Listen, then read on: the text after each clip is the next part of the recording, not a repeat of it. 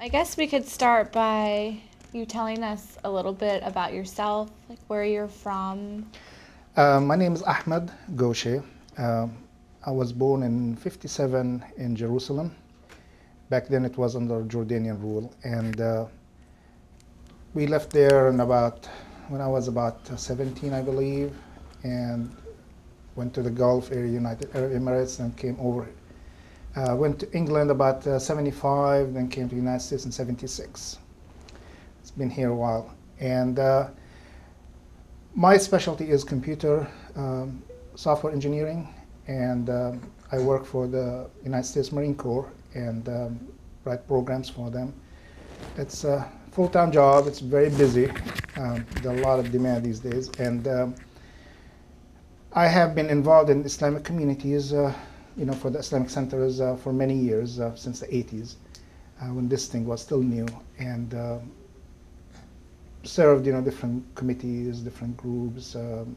Went from, just a regular guy paying donations all the way. Now I'm the president of the executive committee. I was on the board of director, which was higher, but there was an opening in here, and they needed somebody who's a little bit more mature than some of the kids that work in this capacity. So they kind of kicked me down, as that to say. It's more responsibility and a lot more work, but it's more fun. Okay. How many members are in your family? I am married, Diane, and we have one daughter. We kind of married late, so we only got one girl. So we didn't have. She's 10 years old. She goes to the Islamic school that's associated with the center here, and she's in the 5th grade.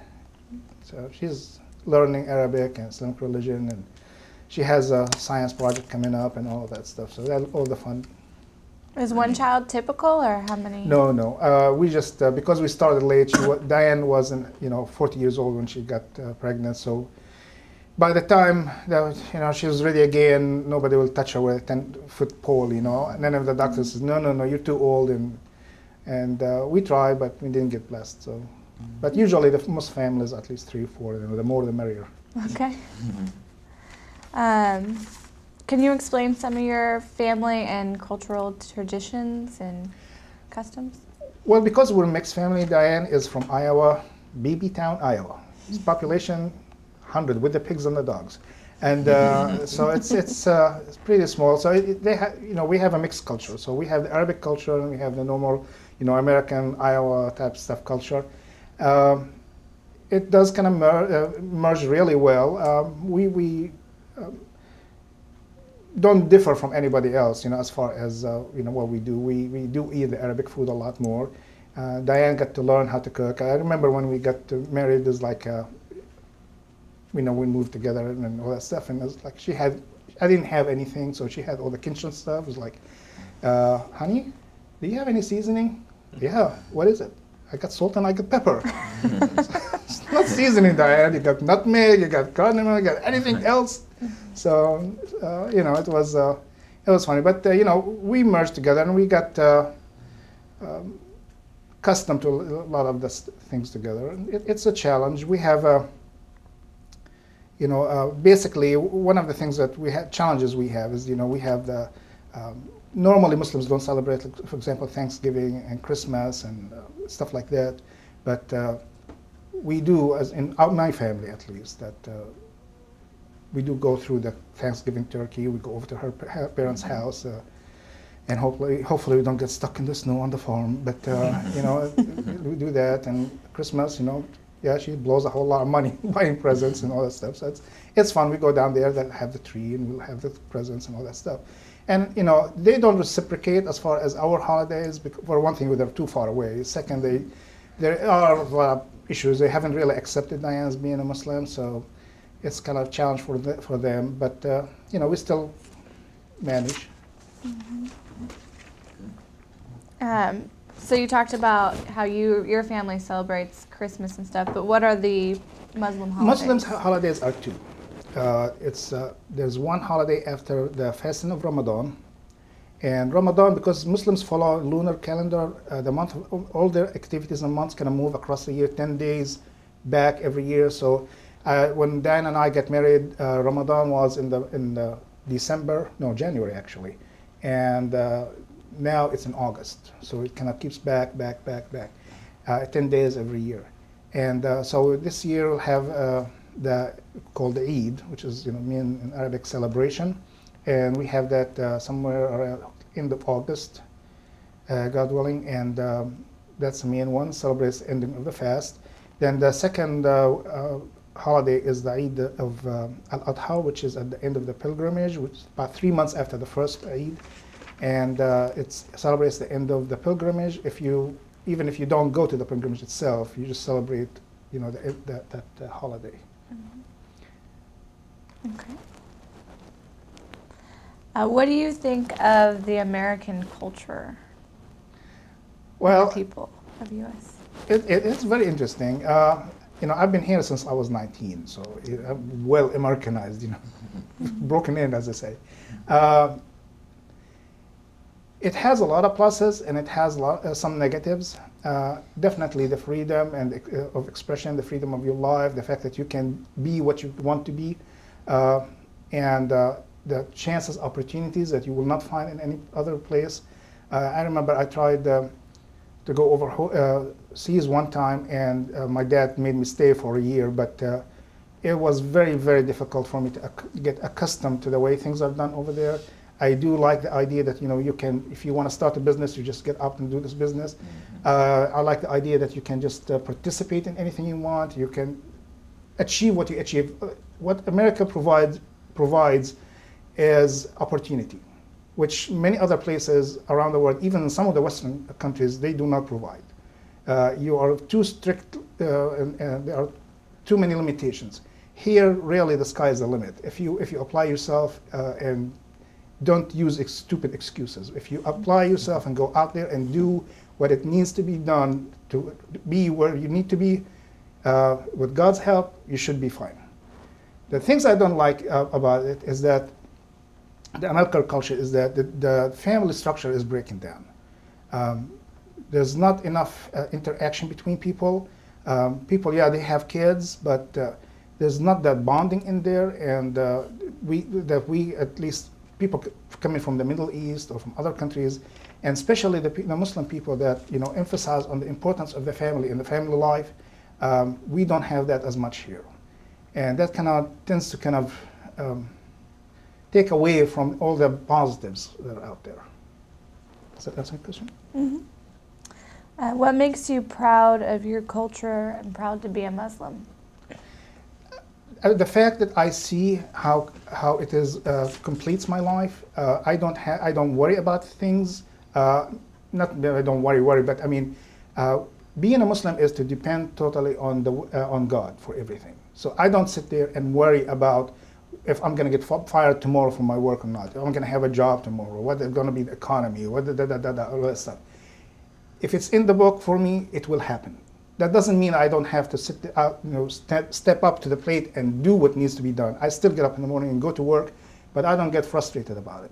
I don't get upset about it. And that comes in from my faith and true belief that God is a provider, not my job, not the government, not the person next door. I can't blame anybody for anything but myself. That's what makes me happy. It gives me the peace of mind, which is the true meaning of Islam. Islam means derived from the word salam, means to have peace. How do you have peace? By not thinking about other problems, but thinking about God has given it to you, God will take it away, or God will give you the more things. So depend on Him, trust in Him, and He'll come to you. You still have to do your work, but don't fret about what life. And when you get to that point, you feel comfortable, you feel relaxed, you don't have to worry about nothing. Sounds good. Tying into that, what would be like a model Muslim? Well, a model Muslim is a person who, obviously there are some basics, you believe in God and all the tenets of Islam, and you perform what is required from you as acts of worship. We do not believe okay, well, I believe in my heart, but I don't have to do anything. No, you believe in your heart, you have to apply it. So a model Muslim is a person who believes it and acts it. But also the person who rises above the riffraff, he rises above the issues. Look at the big picture. See what God intends in the action, not go around and worry about the details. A model Muslim is a person who looks to his neighbor, and whether his neighbor is throwing trash at him or whether he's loving him, still loves that person. A person who respects his wife, respects his kids, respects his mosque, respects his country, respects everything that God has given him, and uses it for the betterment of himself and the community. That's a model Muslim. Everybody else that does anything else is just talk and no show. Do you have any Well questions? said. Do you have any questions? Okay. Oh, well, first of all, I'd like to say thank you for taking time out to do My this. pleasure. I'm glad that things are interesting. With my questions, I wrote a couple up. If you don't feel comfortable, No, go spit them out. okay. I just don't want to make you feel uncomfortable. Yeah. So I'm just gonna give you a couple of my questions. I've heard them all. You heard them all? Okay. Okay, so I did it a little differently. My question, I'm just gonna give you the phrases, and you say, agree with it or disagree, Okay. and reason why. Okay. First question is, Islam and Christianity have almost nothing in common. Do you agree No. or disagree? Oh, I disagree. Islam and Christianity, in Islam we believe that God has one religion. God did not create Islam, Christianity, Judaism, Buddhism, and all that stuff. These are people things. God has one principle. He says, I want you to worship me, end of conversation. God says, if you come to me in the day of judgment, worshiping no one other than me, and you come with sins as high as the sky, I will forgive you. Now, that doesn't mean, your responsibility to the people is going to forgive. You still have to answer to what you did to the people. But to him, all he's concerned about is you worship him. One true God, no other God. What is the first commandment, if anybody remembers? Thou shalt worship I don't remember exact English, but worship only one God. And that is what he expects from us. So Islam, Judaism, any religion that says, I worship only one true God, no other idol, no other deity with him, that is what Islam is. So Christianity does apply that. We do differ with Christianity in the issues of the Trinity and the issue of the crucifixion of Jesus. In most Islamic religion, God says in the Quran that he was not crucified and there is no Trinity. There's only one God, and Jesus is just a man and a prophet that did miracles, and Muslims believe that Jesus will come in at the end of time. A lot of Christians are going to say, what? But no, we are awaiting his return, Jesus, as much as the Christians are awaiting his return. So there are a lot of commonalities between us. One thing we also kind of differ with Christianity, but you will find that if you talk to Christians, pastors, that they will agree with us on this subject, which is you cannot just say, I accept Jesus and sleep. I accept Jesus, blah, blah, blah, blah, and then you still have to act. You still have to be responsible and honest and kind and, and all the things that God expects you to be. Muslims and Christians need to understand that just having faith is not enough. To say, I accept God as one true God, and I accept Muhammad as his messenger, or I accept Jesus as his messenger, is not enough. There's a lot of application to be, that you have to do, a lot of work you have to do.